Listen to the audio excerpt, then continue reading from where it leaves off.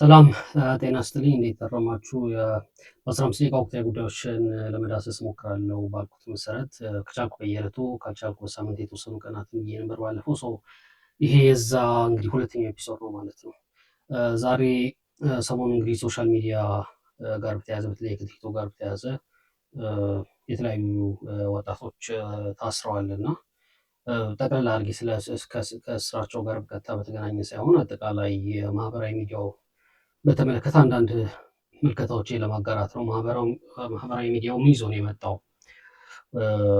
ወደኛ ሀገርም እንደዚሁም አጠቃላይ መከሰቱ ራሱ ማህበራዊ ሚዲያ ኢንቬንሽን በራሱ ዓለም ላይ ምንድን ነው እያመጣ ያለውን የሚለውን ነገር ከሀገራችን ኮንቴክስት ጋር አስተሳስረን አሁን ደግሞ እየተፈጠሩ ሰሞኑን እየተፈጠሩ ያለውን ነገር ትርጉም ለመስጠት ኮንቴክስቹዋላይዝ ለማድረግ ሞክራለሁኝ ማለት ነው። እንግዲህ የሶሻል ሚዲያ መምጣት ወይም የማህበራዊ ሚዲያ መምጣት ዓለም ላይ ላሉ ሀገራት መንግስታት በሙሉ ፈተና ሆኗል። ፈተና የሆነው ለምንድን ነው? ከዛ በፊት እንግዲህ ሌጋሲ ሚዲያ የምንላቸው ነበሩ። መጀመሪያ ያው ኒውስ ፔፐር ጋዜጦች የሚታተሙ ነበሩ። በኋላ የቴሌቪዥን መጣ። ከዛ በኋላ የኬብል የሳተላይት ቴሌቪዥኖች መጡ። ከዛ መጨረሻ ላይ እንግዲህ ባለፉት 2 ዓመታት ማህበራዊ ሚዲያ የሚባለው ነገር መጥቷል ማለት ነው። መንግስታት ከዛ በፊት የነበሩትን የመገናኛ ብዙሃን መንገዶች የሚቆጣጠሩበት አቅምም መንገድም ነበራቸው። ሌጋሲ ሚዲያዎች የራሳቸው የሆነ በጎ ጎን ይታይ ከተባሉ እንደ በጎ ነገር ይታይላቸው ከተባለ በስቴት እና በኤሊቶች ቁጥጥር ስር የነበሩ የሚዲያ አማራጮች ነበሩ። ይሄ ማለት ማን ነው እዛ ላይ የሚወጣው፣ ምን አይነት ሀሳብ ነው የሚተላለፈው በእነዚህ ሚዲያዎች የሚለው ነገር በሙሉ መንግስት በሚፈልገው መልኩ መንግስታት በሚፈልጉት መልኩ ህዝባቸውን መቅረጽ በሚፈልጉበት መልኩ ለማስኬድ ምቹ ሁኔታ ፈጥሮላቸው ነበር እና የእነዚህ ሚዲያዎች ጌት ኪፐሮች ወይም ምንድነው ደጅ ጠባቂዎች ነበሩ። ማን ነው የሚገባው፣ ማን ነው መታየት የሚችለው፣ የማን ኮንተንት ነው አየር ላይ መሆን የሚችለው፣ የማን ሀሳብ ነው ህብረተሰቡን መቆጣጠር ያለበት ወዘተረፈ የሚለውን መወሰን የሚችሉበት አቅም ነበራቸው። ሌጋሲ ሚዲያዎች ላይ በጣም ብዙ ሪሰርቾች ተሰርተዋል። ምክንያቱም 100-200 ዓመት እና ከዛም በላይ ጋዜጦችን ከጨመም ስለቆዩ ብዙ አካዳሚሽያኖች ቲዎራይዝ አድርገውታል። ይሄ ከሆነ እንደዚህ ይሆናል፣ ይህን በዚህ ማኒፕሌት ማድረግ ይቻላል፣ ይህን በዚህ እንደዚህ ማድረግ ይቻላል ተብሎ ብዙ ነገር ተጽፎበታል። ከነ ሀበርማስ ጀምሮ ከነ ቾምስኪ ጀምሮ ብዙ ሰዎች የተለያዩ መጽሐፍቶችን ጽፎበታል። ሶሻል ሚዲያ ግን አንደኛ እንግዲህ በአካዳሚክስ ደረጃ ላይ ያሉ ሰዎች ራሱ ድንገት ነው የመጣባቸው። እነሱም አከስተምድ አይደሉም። የመጣውም አሁን ቅርብ ጊዜ ነው። ቲዎራይዝ ለማድረግ ፓተርኑን ራሱ ለማየት ፋታ የሚሰጥ አልነበረም። በጣም በአንድ ጊዜ ነው አየሩን ሁሉ የሞላው እና በዛ ምክንያት በደንብ ቲዎራይዝ አልተደረገም። ትንሽ ስራዎች ናቸው፣ ትንሽ ሪሰርቾች ናቸው ያሉት በዚህ ጉዳይ ላይ። 3 ነገሮችን ግን ላንሳ እንግዲህ ካሉት ጽሁፎች ሪሰርቾች ውስጥ 3 ተደጋጋሚ የሚነሱ ጉዳዮች ስላሉ 3ቱን ላንሳ። ምንድነው ይዞ የመጣው ማህበራዊ ሚዲያ አጠቃላይ የሚለውን ነገር። የመጀመሪያው ማህበራዊ ሚዲያ ይዞ የመጣውና ስቴቶች ወይ መንግስታትን ያስደነገጠው ነገር አንቬትድ የሆነ ኮንተንት በእነሱ ይሁንታ ያላገኘ ሴንሰር ያልተደረገ ወይም ያልተመረጠ ኮንተንት አየር ላይ እንዲወጣ እና ለማሱ ለብዙሃኑ ለሰፊው ህዝብ እንዲደርስ ማድረጉ አንድ አደጋ ነው የፈጠረው ለመንግስታት። ይህንን እንግዲህ እንደ አደጋ የሚቀርበው ለምንድነው? መንግስታት ህዝባቸውን በሚፈልጉት መልኩ ሼፕ ያደርጋሉ። ጥሩ ነገር ይሄ ነው፣ መጥፎ ነገር ይሄ ነው፣ ይሄ የኛ ኖርም ነው፣ ይሄ የኛ ከስተም ነው፣ ይሄ የኛ ከስተም አይደለም፣ ይሄ ለሀገር ይጠቅማል፣ ይሄ ለብሔራዊ ጥቅም አስተዋጽኦ ያደርጋል፣ ይሄ ያደርግ ምናምን የሚለውን ነገር ቬት ማድረግ ይችሉ ነበረ። ቀጥታ መንግስታት እጃቸውን ራሱ ባያስገቡ፣ ለምሳሌ ጋዜጣ ካያችሁ የራሱ ኤዲቶሪያል ፖሊሲ አለው። ሌጋሲ ሚዲያዎች ካያችሁ በቲቪ የሚተላለፉ በሳተላይት ሬዲዮ ምናምን ካያችሁ የራሳቸው ኤዲቶሪያል ፖሊሲ ያላቸው። ስለዚህ ማንን መጋበዝ ይችላሉ፣ ለማንም መድረክ መስጠት ይችላሉ፣ ምን አይነት ሀሳብ ማስተጋባት ይችላሉ ወዘተረፈ የሚለው ነገር የሚመረጥ ነበር። ተመርጦ ነው የሚቀርበው የነበረው። የሶሻል ሚዲያ ግን ለሁሉም እድል ስለሰጠ የተመረጠ ሀሳብ ወደ ህዝብ ማድረስ እንዳይቻል አድርጓል። ይሄ አንዱ ሶሻል ሚዲያ ይዞ የመጣው አደጋ ተደርጎ ይወሰዳል። ሁለተኛው ነገር ከዚህ ጋር ተያይዞ የመጣው ምንድነው? ህዝበኝነት ምንለው ነገር ወይም ፖፑሊዝም የምንለው ነገር በጣም እንዲንሰራፋ አድርጓል። ቅርብ ጊዜ ፍራንሲስ ፉኩያማ ያደረገው ኢንተርቪው ያየው ነበርና ለምንድነው ፖፑሊዝም ምዕራባውያን ዘንድ እየተስፋፋ ያለው አሜሪካም ሌሎች ውስጥ ሲባል በአንደኝነት ያስቀምጠው ሶሻል ሚዲያ ነው። ሶሻል ሚዲያ ላይ እንግዲህ ማንም ሰው ተነስቶ የፈለገውን ነገር ይናገራል።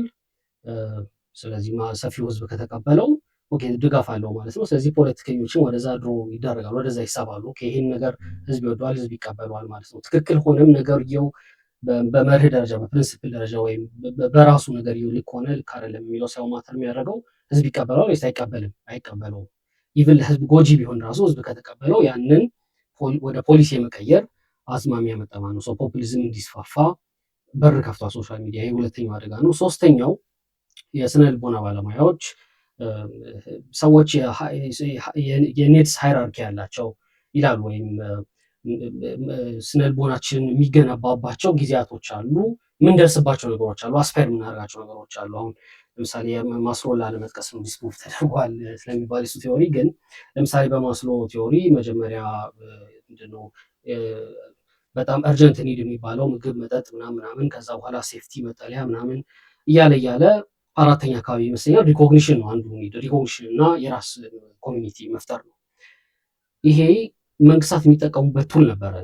ሰው ልጆች የሚፈልጓቸው ነገሮች ለምሳሌ ሪኮግኒሽን ሁላችን የሚፈልገው ነገር ነው። ተቀባይነት ማግኘት በሰዎች ዘንድ ውደሳ፣ ሙገሳ ማግኘት፣ የራሳችን ምንለው ኮሚኒቲ ማግኘት የምንፈልጋቸው ከፍላጎቶቻችን ከሰው ልጆች ፍላጎቶች አንዱ ነው እና ግን እዛ ጋር ለመድረስ መሄድ የነበረብን ፕሮሰሶች አሉ። እነዛን ፕሮሰሶች ስንሄድ መንግስታት ይጠቀማሉ። ለምሳሌ በፊት ልጆች ምን መሆን ትፈልጋላችሁ ሲባሉ ፓይለት፣ ኢንጂነር፣ ምናምን ዶክተር የሚሉት መንግስታትም ወላጆችን በዛ መንገድ እንዲሄዱላቸው ስለሚፈልጉ ነው። ምክንያቱም እዛ ቦታ ላይ ሲደርሱ የሚፈለገው ሪኮግኒሽን፣ ተቀባይነት፣ ሙገሳ፣ ውዳሴ ምናምን ያገኛሉ። ግን ያንን ለመድረስ የሚያልፉበት መንገድ በሙሉ ለሀገር ልማት ወዘተረፈ ስለሚጠቅም ስቴቱን ይጠቅመዋል። ለምሳሌ 70-30 ነው ብሎ የኢትዮጵያ መንግስት በኢህአዴግ ጊዜ ትምህርት እንትኑን ሲወስን 70 ኢንጂነር ነው 30 ሌላ ዘርፍ ነው የሚማረው ሲል ኢትዮጵያ ብዙ ኮንስትራክሽን ይሰራች ስለነበር በሰዓቱ ስቴቱ ብዙ ኢንጂነር ያስፈልገዋል።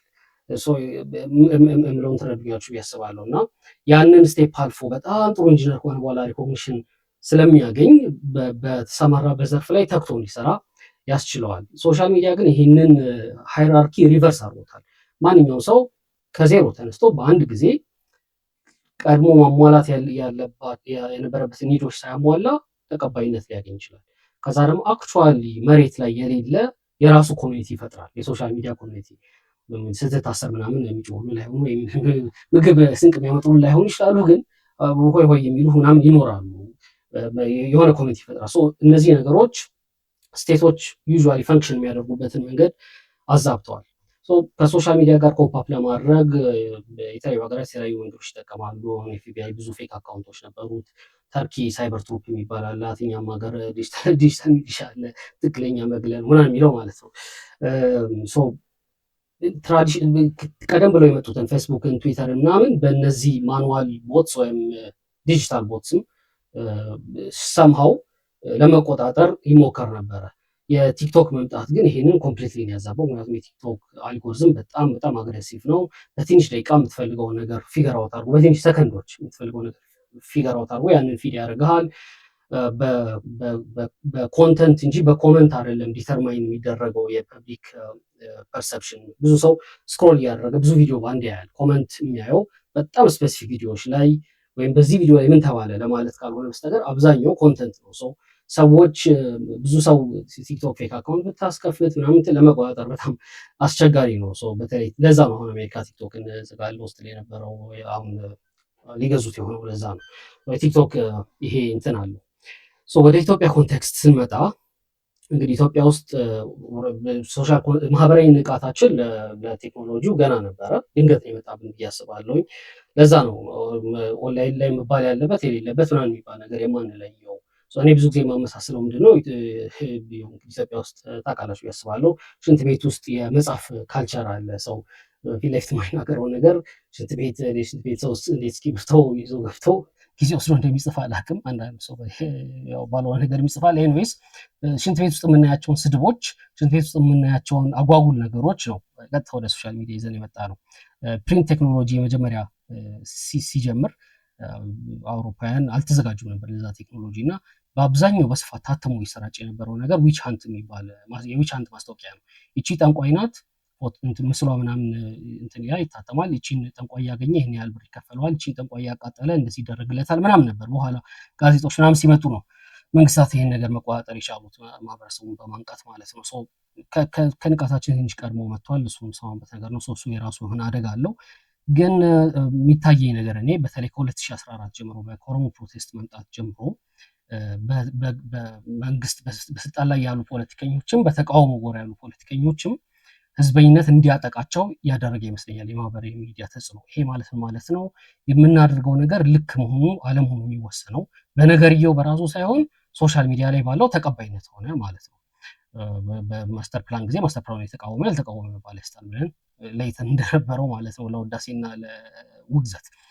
ከዛም በኋላ ያው እንግዲህ የምታውቁት ነው ማን ብዙ ላይ ካለው ይሄን በለው ይሄን ጠጣው ብሎ የሚቀራቸው ፖለቲከኞቻችን ፖስት ሲያደርጉ ማለት ነው። ፎቶቸውን በጥሩ ፎቶ በጥሩ ዲዛይነር ጥሩ ልብስ ለብሰው ምናምን በጣም ፖፑሊዝም እንዲያጠቃን ያደረገ ይመስለኛል። ቶሎ ለማለት እየሞከርኩኝ ነው። ሁለተኛው ሃይራርኪ በሶሳይቲ ውስጥ የነበረውን ሃይራርኪ አጥፍቶታል። ሚን ሃይራርኪ በጣም አስፈላጊ ነገር ነው ብዬ አስባለሁ። አሁን ሶሻል ሚዲያ ያደረገው ምንድን ነው? በተማረ ባልተማረ በመንዴን በኤሊት ምናምን መካከል አንድ ወዳጄ አግዳሚ ወንበር የጠጅ ቤት አግዳሚ ወንበር ነው ይላል ሶሻል ሚዲያ። ምንድን ነው ጀዋርንም ጂጂኪያንም ልደቱንም ሞጣ ቀራኒዮንም ጠቅላይ ሚኒስትር አብይንም ፍቅር ስዝምንም ምናምን እኩል ፕላትፎርም ነው የሰጣቸው የማህበራዊ ሚዲያ መምጣት እና ስለዚህ የማንን እንስማ የማንን አንስማ ምናምን የሚባለው ነገር የተተወው ለፐብሊኩ ነው ማለት ነው። እና ያ በራሱ አንድ ራሱን የቻለ ፈተና ይዞ መጥቷል ብዬ አስባለሁ። እንደዚሁም ደግሞ በራሱ የራሱ ጥሩ ነገሮች አሉት።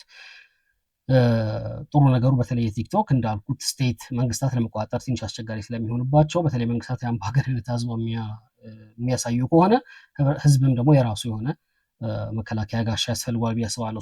እሱም የራሱ ጥሩ ነገር ነው። ብዙ ጥሩ ነገር አለው። ብዙ ጊዜ በፖዚቲቭ ስለማነሳው ዛሬ ይሄኛውን ሳይድ ለማሳየት ስለፈለኩኝ ነው። አሁን ሰሞኑን ብዙ እስሮች በዝተዋል። ቲክቶከሮች ላይ ነው ፎከስ ያደረገው እስሩ። አንደኛው ምክንያት ያው ፖፑሊዝም ነው። ምክንያቱም የመጀመሪያ አንድ ሁለት ሶስት ሰው ሲታሰር ብዙ ሰው ደጋፊ ነበረ። ህግ በጣም አስፈላጊ ነገር ነው ብዬ አስባለሁ እና ከህግ ውጭ እኛ የምንቃወመው የምንጠላው ሰው ራሱ ሲታሰር መደገፍ ያለብን አይመስለኝም። ምክንያቱም እኛንም የሚጠላን ብዙ ሰው ስላለ ነገኛ ስንታሰርም እንደዛው ስለሚደግፍ ማለት ነው እና የተወሰነ ተቀባይነት ስለነበረ ያንን እንግዲህ እንዳልኩት ነገርየው ልክ ነው ልክ አይደለም በሚል ሳይሆን የሚወሰነው ህዝብ ጥሩ አቀባበል አድርጎለታል አላደረገለትም። ህዝብም ሲባል ሶሻል ሚዲያ ላይ ያለው ህዝብ ማለት ነው። በሱ የተቃኘ ነው አንዱ። ሁለተኛው ግን እንግዲህ በኢትዮጵያ መንግስት ሶሻል ሚዲያን ማህበራዊ ሚዲያ ለመቆጣጠር ብዙ ሙከራ አድርጓል። በተለይ ፌስቡክ ላይ ዲጂታል ሚሊሻ በጣም ተግቶ እየሰራ ነበር እስከ ቅርብ ጊዜ። ግን በቲክቶክ ላይ ያንን በተለይ ፌስቡክ ላይ የተፈጠረውን አይነት ተጽዕኖ ቲክቶክ ላይ መፍጠር የተቻለ አይመስለኝም። ቅድም ባልኳችሁ ምክንያት ቲክቶክ ላይ ከኮመንት ይልቅ ቪዲዮ ማተር ያደርጋል። ቲክቶክ ላይ የፈለገ ሰው ኢቭን አሁን ያሉትን ፌመስ ቲክቶከሮች ራሱ ኦፕት ቢያደርግ መንግስት ሌሎች ቲክቶከሮች የሚሰሩት ኮንተንት ድንገት ቫይራል ይወጣል። 1000 ፎሎወር ያለው ሰው በሚሊዮን ሊታይ ይችላል። ኮንትሮለብል አይደለም የቲክቶክ አልጎሪዝም እና ለመንግስት ስላስቸገረው የኔ ግምት ምንድን ነው በተለይ ምርጫውም እየተቃረበ ከመምጣቱ አንጻር ፖለቲካም በብዙ ነገር እየተወዘ ስለሆነ እንግዲህ በመንግስት በእጁ በራሱ ዲስፖዛል የቀረው ዌፐን የሚመስለኝ በእጁ ላይ የቀረው ኃይል የሚመስለኝ ፍርሃትን መፍጠር ነው። ሰው ፈርቶ በራሱ ጊዜ ራሱን ሴንሰር እንዲያደርግና እንዲጠነቀቅ ማድረግ ማለት ነው። ስለዚህ የአሁኑ እርምጃዎች ወደፊት ሰዎች ለሚሰሩት ኮንተንት እንደ ማስጠንቀቂያ እንዲሆን ተደርጎ ታስቦ የተደረገ ይመስለኛል እንጂ አይ ዶንት ቲንክ ልጆቹ ብዙ አስሮ የሚያቆያቸው አይመስለኝም። ሌጋል ግራውንድም ያለ አይመስለኝም ልጆቹን አስሮ ለማቆየት። ግን መልእክቱ ላልታሰሩት ሶሻል ሚዲያ ተጠቃሚዎች ነው ብዬ አስባለሁኝ። እንግዲህ ሶሻል ሚዲያን ስቴትም በተወሰነ መልኩ መቆጣጠር አለበት ኦፍኮርስ ብዬ አስባለሁ። ለህዝብም ደግሞ መተው ያለበት ነፃነት አለ ብዬ አስባለሁ። እንዴት ነው ይህንን ማኔጅ ማድረግ የሚቻለው የሚለውን በተመለከተ መልስ የለኝም። ግን ፖለቲካሊ ኢንተረስትድ ለሆኑ ሰዎች በተለይ በተቃውሞ ፖለቲካ ላይ ላለን ሰዎች እኔም ራሴ እንደዛ አይደንቲፋይ ስለማደርግ አይ ቲንክ ሶሻል ሚዲያ ላይ ይሄ ሀሳብ ተቀባይነት አለው የለውም፣ ይሄ ሀሳብ ደጋፊ አለው የለውም ምናምን እያልን መንቀሳቀስ ያለብን አይመስለኝም። ነገርየው በራሱ ልክ ነው ወይስ ልክ አይደለም የሚለው ነገር ገዢያችን ሊሆን ይገባል ብዬ አስባለሁ። ከዛ ደግሞ ሶሻል ሚዲያ ላይ ያለ ህዝብ ያልተደራጀ ህዝብ ነው። ሶሻል ሚዲያ ላይ ላይክ የሚያደርግ ህዝብ ስንቅ የሚያቀብል ህዝብ አይደለም። ብትታሰር ሶሻል ሚዲያ ላይ ያለ ተከታይ ፎሎወር አይ ዶንት ቲንክ ከአንድ ሳምንት በላይ አጀንዳ ሊያደርግህ የሚችል አይደለም። ሌላ ብዙ የራሱ ጉዳይ አለበት። ስለዚህ ወደ ትራዲሽናል ወደሆኑ ማደራጃ መንገዶች ትራዲሽናል ወደ ሆነው ፖለቲክስ መመለስ አለባቸው ብዬ አስባለሁ። ሶሻል ሚዲያ ፕሬዘንስ አይኖራቸው እያልኩ አይደለም፣ በጣም ያስፈልጋል። ግን አክቹዋል ፖለቲካ ግን መሰራት ያለበት መሬት ላይ ነው ብዬ አስባለሁ። ሰው በተለይ በተቃውሞ ያለው ሰው ስልጣን ላይ እንዳለው ህዝበኛ መሆን አለበት ብዬ አላስብም። አንዳንድ ጊዜ ህዝብ የማይፈልገውም ነገር ሊሆን ይችላል።